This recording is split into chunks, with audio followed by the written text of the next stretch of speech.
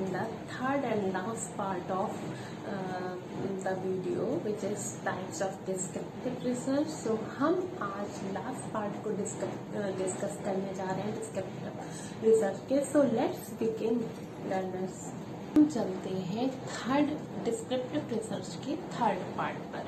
सो descriptive research का जो third part है वो है बेसिकली डेवलपमेंटल स्टडीज, यानी कि विकासी अध्ययन. जैसा कि आपको नाम से ही ये वाला ये समझ में आ रहा होगा कि यहाँ पर हम किसी के विकास का अध्ययन कर रहे हैं. सो विकास डेफिनेटली व्यष्टि या समष्टि का होता है.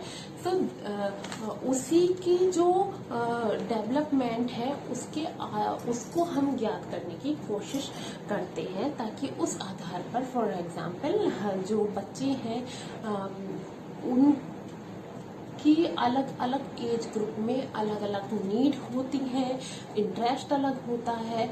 तो उस नीड उस इंटरेस्ट को हमें अलग अलग एज ग्रुप में ज्ञात करना है, ताकि हम उसी आधार पर पाठ्यक्रम का, टेक्स्ट बुक का, जो टीचिंग मेथड्स एंड टेक्निक्स हैं उनका निर्माण कर सके. फॉर एग्जाम्पल आपने देखा होगा कि छोटे बच्चों की जो बुक्स हैं वो उसमें काफ़ी कलरफुल पिक्चर्स रहती हैं, या फिर बहुत सारी स्टोरीज के थ्रू हम समझाने की कोशिश करते हैं, क्योंकि वो उस एज ग्रुप की डिमांड है, इसीलिए ऐसा किया जाता है. अध्ययन भी कहते हैं. इसमें हम अगर फर्स्ट टाइप देखें तो वो आता है आपका ग्रोथ स्टडी, डेवलपमेंट स्टडी के अंतर्गत, कि किसी भी व्यक्ति या समष्टि, किसी व्यक्ति या फिर किसी एक पूरे समूह का जो विकास हो रहा है उसका हमें अध्ययन करना है. ये अध्ययन आपका दो तरीके से हो सकता है. या तो एक ये हो सकता है आपका लॉन्गिट्यूडनल, या फिर हो सकता है क्रॉस सेक्शनल स्टडी. अब ये दोनों क्या है इसको हम जानते हैं. तो जब हम बात करते हैं लॉन्गिट्यूडनल स्टडी की, दैट्स मीन कि एक लंबे समय तक रिसर्चर द्वारा चूज किए गए जो बच्चे हैं उनका अलग अलग एज ग्रुप में, उन्हीं सेम बच्चों का अलग अलग एज ग्रुप में अध्ययन करना. फॉर एग्जाम्पल हमने को अपने रिसर्च के लिए 10 स्टूडेंट्स को चूज किया है. अब उनकी अलग अलग एज ग्रुप 10 साल में, 13 साल में, 15 साल में उनके क्या इंटरेस्ट डेवलप हुए, क्या physical and mental development and growth उनकी हुई, उसको उनका क्या इंटरेस्ट है, किस तरीके की टेक्निक्स की उनको ज़रूरत है, ये सब हम लॉन्गिट्यूडनल स्टडी के थ्रू जानने की कोशिश करते हैं.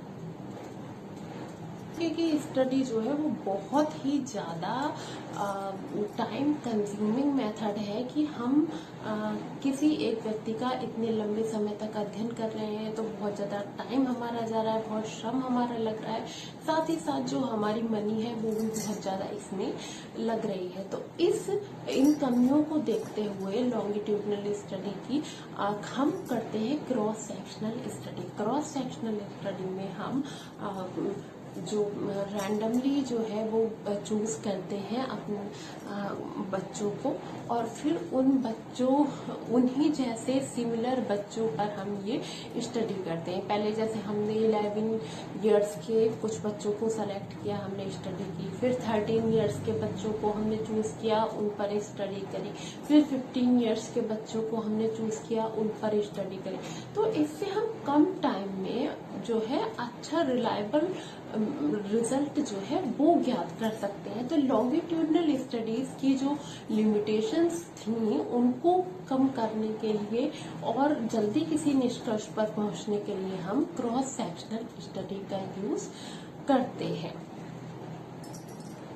आता है आपका अनुवर्ती अध्ययन, यानी कि फॉलो अप स्टडी. जिस तरीके से डॉक्टर है वो अपने किसी पेशेंट का फॉलो अप लेता है, ठीक इसी तरीके से इसमें हम किसी व्यक्ति की जो अभिरुचि है उसका जो टेंडेंसी है, किस तरीके की उसकी टेंडेंसी है, उन सारी चीजों को हम इसमें ज्ञात करते हैं.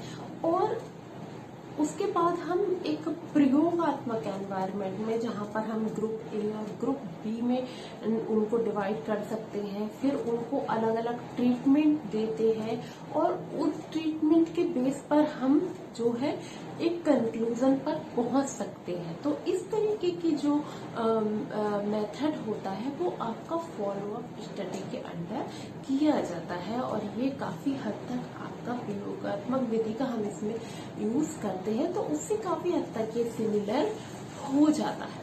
इसके बाद आपका जब नेक्स्ट और लास्ट टाइप आता है वो आता है ट्रेंड स्टडीज। ट्रेंड्स जैसे कि नाम से ही आपको समझ में आ रहा है कि यहाँ पर हम बात कर रहे हैं कि जिस सोसाइटी में हम रह रहे हैं वहाँ किस तरीके की प्रवृत्ति डेवलप हो रही है, उस प्रवृत्ति को डेवलप करने का भी प्रवृत्ति संसाधनों की एक निश्चित लिमिट है। उस लिमिट तक पहुंचने के बाद वो प्राकृतिक संसाधन नहीं रहेंगे तो किस तरीके से हम जो है अपने आवश्यकताओं को पूरा कर सकते हैं। तो ये सारी चीजें हमने ट्रेंड स्टडी के थ्रू पहले से ही ज्ञात कर ली। उसके बाद हमने उसके ऑप्शंस को तलाशा। फॉर एग्जाम्पल हम पॉलीथीन के बारे में बात करते हैं। जो पॉलीथीन है वो एनवायरनमेंट को बहुत ज्यादा दूषित कर रही है, तो कौन कौन से ऐसे ऑप्शंस हैं जो हम पॉलीथीन की जगह ले सकते हैं।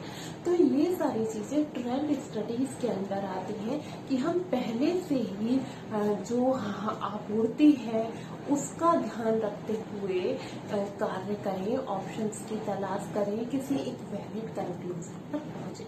सो बेसिकली लर्नर्स ये थे आपके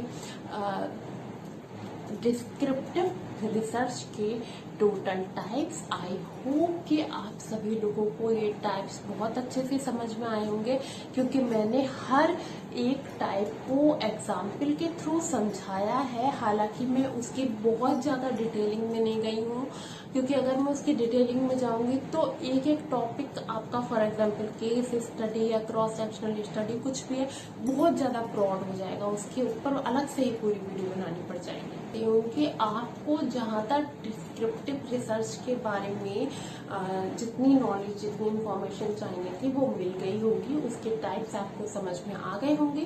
फिर भी अगर आपका कोई डाउट है या आप किसी और टॉपिक के बारे में जानना चाहते हैं, समझना चाहते हैं, तो प्लीज मुझे कमेंट सेक्शन में करके जरूर सजेस्ट करिएगा कि कौन सा ऐसा टॉपिक है जो कि आप जानना चाहते हैं।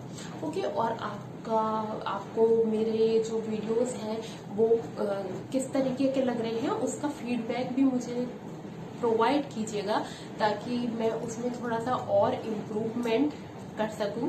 और प्लीज लाइक एंड शेयर जरूर कीजिएगा, सब्सक्राइब भी कीजिएगा, ताकि मुझको थोड़ा सा मोटिवेशन मिल सके कि हाँ मैं जो वीडियो बना रही हूँ वो बच्चों तक पहुंच रहे हैं, सभी उसको देख रहे हैं, समझ रहे हैं, और काफी उनको हेल्पफुल अगर लगता है यूजीसी नेट के पर्पज से, क्योंकि सबसे इम्पोर्टेंट होता है यूजीसी नेट में रिसर्च मेथोलॉजी, और उसी के सारे टॉपिक्स में यहाँ पर डिस्कस कर रही हूँ। कोई मतलब नहीं है इस चीज का कि आप कौन से स्ट्रीम से हो, कॉमर्स से हो, ह्यूमैनिटीज से हो, किसी भी स्ट्रीम से हो, बट रिसर्च मेथोलॉजी सब में सेम ही होती है।